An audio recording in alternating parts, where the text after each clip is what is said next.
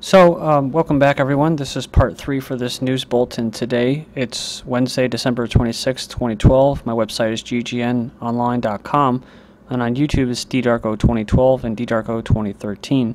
The headlines and links should be in YouTube's video description. However, I wasn't able to do that on Friday because I had some technical issues. Basically, my computer was under attack so much I could barely even do anything.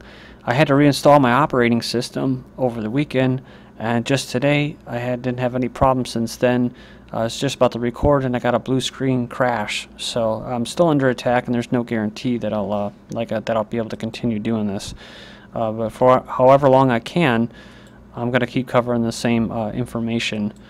So it says here, far from the image of heavily armed populations where ordinary people have their own arsenals, of course this is all loaded to repel attackers, Israel allows its people to acquire firearms only if they can prove their professions or places of residence put them in danger. So the country relies on its security services, not armed citizens, to prevent terror attacks. So this is just a really loaded paragraph saying that Americans have arsenals. And you know, the thing is I heard this recently. If it's a pretty good point. Those that want all these gun restrictions, you can go ahead and put a sign in your window that says this is a gun-free zone, and then you can invite all of these people who have guns, who don't abide by gun laws or anything because they're criminals, and they'll go in there and they'll kill you and your family and steal your property. But hey, you know, that'll reduce the gun violence. Interesting, though, this article actually goes in there and praises Israel and all of its policies. They say that though military service in Israel is compulsory, routine familiarity with weapons does not carry over into civilian life.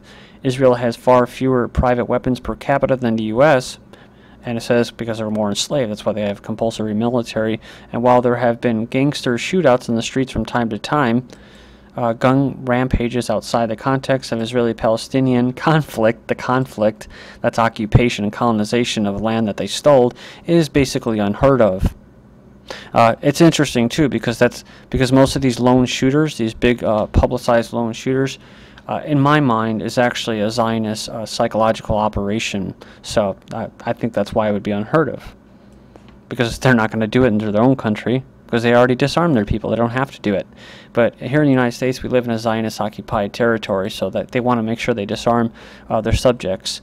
Gun owners freak out after a newspaper publishes their names and addresses. I talked about how we have all this voluntary, we're actually having voluntary gun restrictions by companies themselves and investors, such as Cerberus, whatever the owner, investment firm in the AR-15's Bushmaster company. So a lot of self-censorship and stuff like that going on. It says here, an owned newspaper in Westchester, New York, has published a map showing the names and addresses of licensed gun owners. Gun permits are already public records, and it says on the convenient map makes it easier for people to determine whether which house and people in their neighborhoods are armed and which aren't. So I guess you can look at it this way. It's going to be one place that thieves and stuff aren't going to go, right? But it says gun owners are freaking out about the publication of this information, saying it invites attacks on and robberies on their households of non-gun owners. And also, yeah, actually that's what it does. They're going to go to the people that don't have guns, and also encourages gun thefts at the households that own them. It says some of the gun owners interviewed say they're not a threat to their neighbors, so the neighbors have no business knowing that they have any guns. It is pretty just a crazy situation, because I keep seeing this in the local media on the AM channels and conservative radio. I think because I don't think all guns should be banned in America. I just think military-grade assault weapons should be banned. So I don't understand where people come up with this stuff, because if technically it's your right that people a long time ago supposedly bled and died for, so that you could have the right to have the same equal firepower to take on your government if you have to. If they start pulling crap like this, what do you want to do, you dumbass? Do you want to take a pitchfork and go against a laser-guided drone? I mean, it's already bad enough. I've already said that if the right and the I hate to say this, I'm sorry if I offend some people, but I think Alex Jones is there to create the 10% to rise up and create this revolution prematurely. And if they do that, it's going to be a bloodbath, and a lot of people are going to die. And if they institute a new republic or new government after the, quote, revolution, it's going to be completely engineered, and it's going to be set up by the opposition. That's why you're going to be considered controlled opposition. But for whatever it's worth, back then they set it up so that you don't have to fight with pitchforks against the British Army, who has muskets and stuff like that and cannons. So if you don't like that, then maybe you should just move out. I don't think you should be deported, but maybe just voluntarily pack your shit and get out. You can go move to Israel. You can go move to Europe. In Europe, they've been peasants for a long time. That's all they've known, is to be peasants and been disarmed. But we have something unique here in America. So if you don't like that and you don't know your history, and you want to equate every single country as the same, well, then you should maybe go somewhere else.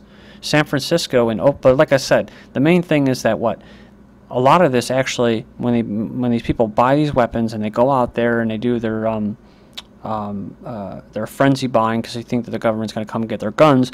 Like I said, I have to put this out there.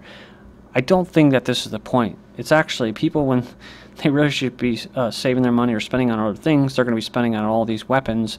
And when it comes down to it, this militarized police state, this gargantuan defense, $600 billion, that's what they tell us, defense budget, is going to rain down on you. And it doesn't really matter if you have a crappy AR-15 that jams every time, like the Colorado shooter and the all the other recent shooters, including the Sandy Hook shooter. They all jammed. It's not going to do anything. You're not going to win against a big fight like that unless they want you to win, unless they allow you to win. So you're just going to fund the military-industrial complex that produces these weapons. And really, the thing that's being ignored here is that it's all about censorship right now. The First Amendment's under attack. They're doing a lot of things to censor people and what they say. So that it's all about diversion, diverting people's attention. Talking about voluntarily giving up guns, San Francisco and Oakland crowds hand over guns in Buyback. This is the second program I've seen since then. It says in San Francisco and Oakland on Saturday, citizens brought their guns to sell to the revenue collectors, known as political law enforcement officers, in return for cash. Which is really sad, because we're talking about Oakland and stuff like that. I mean, it can get kind of hairy at night and stuff like that. And probably even in parts of San Francisco. So you might want to be armed, especially if civil unrest or the economy degrades even further. But apparently, these people are desperate enough that they would rather, be able to get their $200 or get their cash, basically money. So, but they're not going to have them when the crap hits the fan, or when the economy goes down in flames.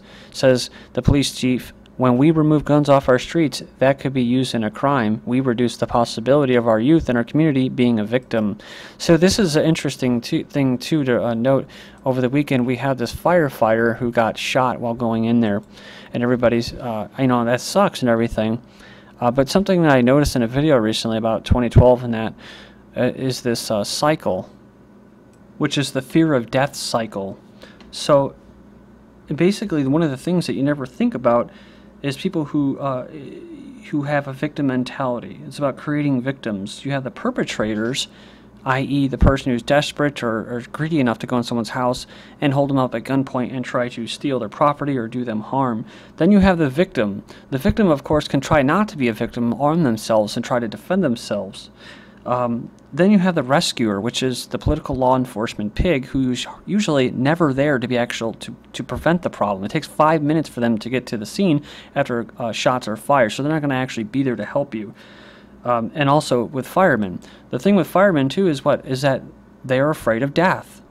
And so all this thing does is this creates a victim mentality by allowing people to not defend themselves and assert their sovereignty and determine their own fate. And then you have these rescuers, these police, and these firemen who give a false sense of security and further create this victimization cycle, this cycle of fear, because they fear death. And of course, fear leads into slavery. In other words, we get this fear of death cycle, of course, is initiated by the perpetuator, which is usually the media. You have the victim and the rescuer. It says the rescuer is actually just another victim, because they fear that we are not infinite beings, that we basically just die and that's it and that's all. And the biggest driver of this, of course, is ego, which is usually law enforcement and and rescuers and stuff like that, they usually have pretty big egos, and that leads to fear and fear of death. But the biggest solution, of course, is increasing our responsibility, taking responsibility for our own actions. The United Nations approved a new debate on arms treaty opposed by U.S. gun lobby. The UN General Assembly voted overwhelmingly on Monday to restart negotiations on a draft international treaty to regulate the $70 billion global trade in conventional arms, a pact that powerful U.S. National Rifle Association has been lobbying hard against. Then you have the United Nations wants a 5% budget increase. So they approved a 5% budget increase for 2012-2013, with half of the additional spending going towards the UN's political missions. In a time of global austerity, the UN's career diplomats have decided they deserve more cash. You know, it's interesting, it was pointed out by Stuart Swerdlow over this past weekend about the number 3 and the 3 events of Sandy that included the term Sandy that basically revolved around this whole event. And I know there's a lot of conspiracies out there and stuff like that as to what was really behind this, but my only point was that that this thing didn't just happen organically and spring up out of the ether. That this was kind of a planned event, and this thing known as Sandy Island is a landmass basically disappeared, and that was from 1123. And then of course you have Hurricane Sandy. I completely forgot about that. Hurricane Sandy. It was named Sandy. And then you had the Sandy Hook massacre. Also, just like the shooting in Colorado, there was the Libor scandal connection with the Sandy Hook shooting. It says the father of this, Peter Lanza, was a tax director for General Electric, a corporation that paid zero taxes on $14 billion in profits last year. Lanza was scheduled to testify in the ongoing global Libor scandal, which can only be described as an amazing coincidence. Just like the father of Colorado Batman shooter, James Holmes was also a Libor witness. Let's not forget that also one of the victims that was shot in the theater was actually supposed to, he was releasing a book or a documentary, I believe, about aliens. So there's always many reasons why this stuff happens. Killing witnesses, killing certain types of people, silencing them, going for political things like gun control, getting censorship, again, attacking, you know, the crazy white guy with beards and stuff like that. There's all kinds of psychological, political, and economic reasons for these things, for these events. Sandy Hook is labeled a strike zone in The Dark Knight Rises. Many of you have already seen this. It says that another coincidence. After the mass shooting in Colorado, it says here, the word Aurora was spotted in bright lights atop a building in The Dark Knight Rises. Now it seems that the name Sandy Hook also has ties to the Batman flick. And just like the Bin Laden raid, where many of the SEALs of the team actually died, New York City Lifeguard, hailed as hero during Sandy, drowns in Puerto Rico, floating near a surfboard. So it was a sacrifice? I don't know. I just watched the movie The Mechanic, with Ben Foster and that British guy who's in all those action movies, and he shows it right in the beginning how they would like to make things look like accident, like the guy swimming in the pool drowns. Then you have commanding officer of this SEAL team 4 dies in apparent suicide. Records show the FBI monitored the Occupy movement, including communications and planning. They also looked on, the police looked at Facebook and tweets as well. Santa Claus arrested for chalking in Austin. It was an Occupy activist who was handing out chalk to children while dressed as Santa Claus. Says here the Texas DPS officers chased him down handcuffed, and the crowd appeared shocked. One woman yelling in confusion, "You're arresting Santa Claus." Maybe that's because the FBI is monitoring it. Last minute, Congress drops requirement to obtain a warrant to monitor email. So they dropped the key amendment to legislation that's now headed to the White House for approval that will allow to access Americans' emails without a warrant. Senate, they're probably already doing it anyways. Senate approves indefinite military detention of U.S. citizens that have been approved again by the Senate. This time, however, they had the chance to add protections for Americans accused of terrorist ties and decided against it. So big deal. And although the Pentagon dismissed some of China's touted military advances, there's 8 ways China's military is catching up to the U.S. Go there and check them out. Russians risk jail if they avoid conscription for the army. More news coming from the John Moore Show that talks about more Russian Spetsnaz. He said Mongols and Asians, Chinese soldiers in Colorado walking around telling veterans to get away from where they were at, and UN helicopters. Thank you.